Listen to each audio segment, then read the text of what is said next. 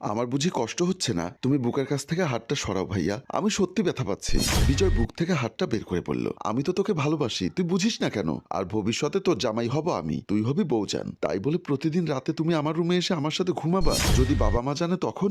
বাবা মা জানবে না, তুই বললেই জানবে। কথাটি বলেই বিজয় অনামিকাকে আপন করে বুকে জড়িয়ে নেয় আর ঘাড়ে কিস করতে থাকে। এদিকে অনামিকাও আর বাধা না দিয়ে বিজয়কে সাড়া দেয়। একটু পর বিজয় উঠে কাপড় ঠিক করতে করতে বলল, বড় বেশি ভালো লাগে তোর কাছাকাছি থাকলে। তখন অনামিকা উঠে বলল, আমার সাথে যে এসব করছো, তুমি যদি আমাকে পরে বিয়ে না করো তখন আমি কি করব বলো? বিশ্বাস কর, আমি তোকে ছাড়া কাউকে বিয়ে করব না। তোকে ভালোবাসি বলেই তো 2-3 মাস পর পর ফুপির বাসায় আসি তোকে দেখার জন্য। সত্যিই কি আমার জন্য আসো তুমি? হ্যাঁ আমার পাগলিটা, সত্যি। কবে তোমার ঘরের বউ করে নিবে আমাকে?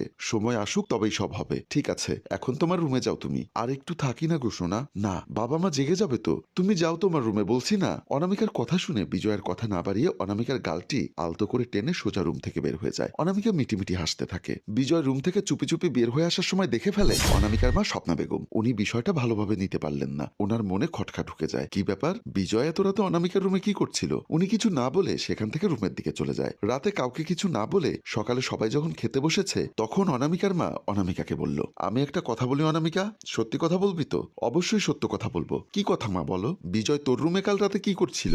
মায়ের মুখে এমন কথা শুনে অনামিকাও বেশ ঘাবড়ে যায়। মা কেমন করে জানলো এই কথা? আমাদেরকে তো কেউ দেখেনি। তখনই বিজয় বলল, ফুপু আমি।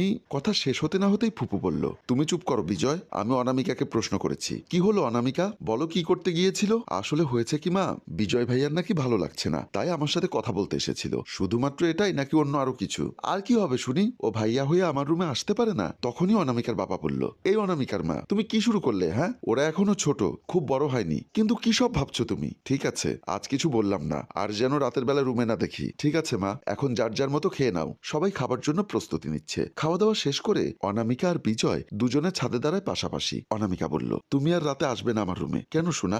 মা জানতে পারলে সব শেষ হবে। আমি চাই না বাবা মা কিছু জানুক বা আমাদের ভুল বুঝুক। আমি আসবো আজও, দেখো। এটা বলেই বিজয় সেখান থেকে চলে আসে। বিজয় চলে যাবার পর অনামিকা ভাবছে, ভয় করছে যদি কিছু হয় তখন আমার কি হবে? কেমন করে বাবা মাকে মুখ দেখাবো? এদিকে বিজয়কে ভালোবাসি অনেক, ওর কথা ফেলতে পারি না। তারপর সে চলে আসে। অনামিকা রুমে আধালান দিয়ে বসে আছে। তার শুধুমাত্র একটাই চিন্তা, বিজয় যেন রাতে রুমে না আসে। ভাবতে ভাবতে তার ঘুম আসলে সে ঘুমিয়ে পড়ে। হঠাৎ রাত গভীরে অনামিকা অনুভব করে কে যেন তার কপালে চুমু দিচ্ছে। আবার অনুভব করে কে জানি ওর কম্বলের নিচে ঢুকে আছে আর স্পর্শকাতর জায়গায় হাত দিচ্ছে। স্বপ্ন মনে করে অনামিকা তেমন কিছু মনে করে না, কিন্তু বেশি হওয়াতে তখনই অনামিকা চিৎকার করে উঠে বলল, এই কে?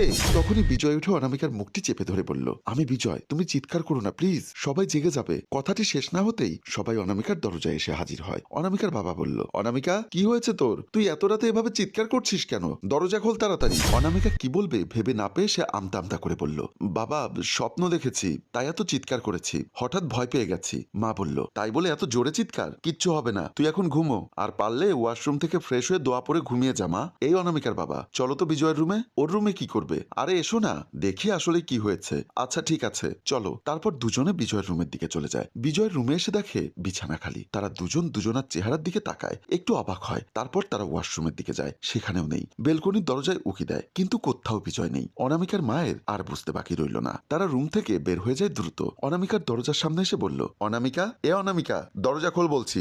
রাগে অনামিকার মা জোরে জোরে দরজা ধাক্কা দিচ্ছে।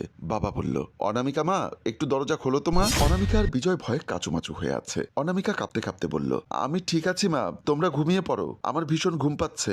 মা রেগে গিয়ে বলল, আমি তোকে দরজা খুলতে বলেছি, খোল, এত কথা কেন বলছিস? তাড়াতাড়ি খুলতে বলছি না তোকে? অনামিকা তখন কোনো উপায় না পেয়ে দরজা খুলে দিতে চলে আসে। দরজা খুলে দিতেই দুজনেই ঠেলে ভেতরে ঢোকে। ভেতরে সব জায়গায় খোঁজে, ওয়াশরুমে, বেলকনিতে, খাটের নিচে, একটা কোনেও বাদ নেই। সব জায়গায় খুঁজে কিছুই পেল না। কি খুঁজছো মা? কিছু না, আচ্ছা ঘুমা তুই এখন, আমরা গেলাম। এটা বলেই বাবা মা রুম থেকে চলে যাচ্ছিল। তখনই আবার কি মনে করে যেন আবারও পেছনে ফিরে এসে দেখে যে বিছানা ভেজা হয়ে আছে, হালকা হালকা লাল। পিরিয়ড হলে যেমন হয় সেই রকম। মা ভাবছে, কিন্তু অনামিকার তো আজ প্রায় 10 দিন আগে পিরিয়ড হয়েছে, তোর বিছানায় রক্ত আসলো কোথা থেকে বল? এই সবও বলতে হবে? তুমি বোঝো না আমার কি হয়েছে? একদম নাটক করবি না, যা বলছি সত্যি সত্যি উত্তর দে। আমি কি তবে মিথ্যা বলছি তোমাকে? অনামিকার মা তখনই দেখে বেলকনির জানালায় একটি ওড়না বাঁধা। তখনই আর কোনো কথা না বলেই ঠাস করে একটি থাপ্পড় দিয়ে অনামিকাকে বলল, এই সব কি? হ্যাঁ, তোকে বিশ্বাস করেছিলাম, তার প্রতিদান তুই এই দিলি? ভাবতেই ঘৃণা হচ্ছে আমার, তুই আমার মেয়ে। বাবা বলল, ছি ছি অনামিকা, তুই খারাপ কখন থেকে হলি? মা, বাবা বিশ্বাস করো, আমি বিজয়কে খুব ভালোবাসি, তাই বলে তুই নিজেকে বিলিয়ে দিবি? বিজয় যা যা চেয়েছে আমি সব দিয়েছি, কারণ ওকে খুব ভালোবাসি। ওকে ছাড়া আমি বাঁচবো না। আমি বিজয়কে বিয়ে করতে চাই। মা বলল, চুপ কর, আর একটিবারও বিজয়ের নাম মুখে নিবি না। যদি নিস আমার থেকে খারাপ কেউ হবে না। এই সব কিছু শুনে অনামিকার বাবা স্তব্ধ হয়ে গিয়েছে। মা বলল, দাঁড়া, আমি বিজয়ের কাছে যাচ্ছি। বলে মা বাবা দুজনেই বের হয়ে যায়। বিজয়ের রুমের দরজার সামনে এসে দরজায় বাড়ি দিতে দিতে বলল, বিজয় দরজা খোলো। বিজয় দরজা খুলে দিয়ে বলল, কি হয়েছে ফুপি? তুমি অনামিকার সাথে এমনটা করতে পারলে? যদি তোমার নিজের বোন হতো তখন? আমি ভাবতে পারছি না তুমি আমার মেয়েটার জীবন এভাবে নষ্ট করে দিবে। এই কথাগুলো বলেই কান্না শুরু করে দেয় অনামিকার মা। বাবা বলল, আমি সবসময় তোমাকে সাপোর্ট করতাম, আর তুমি?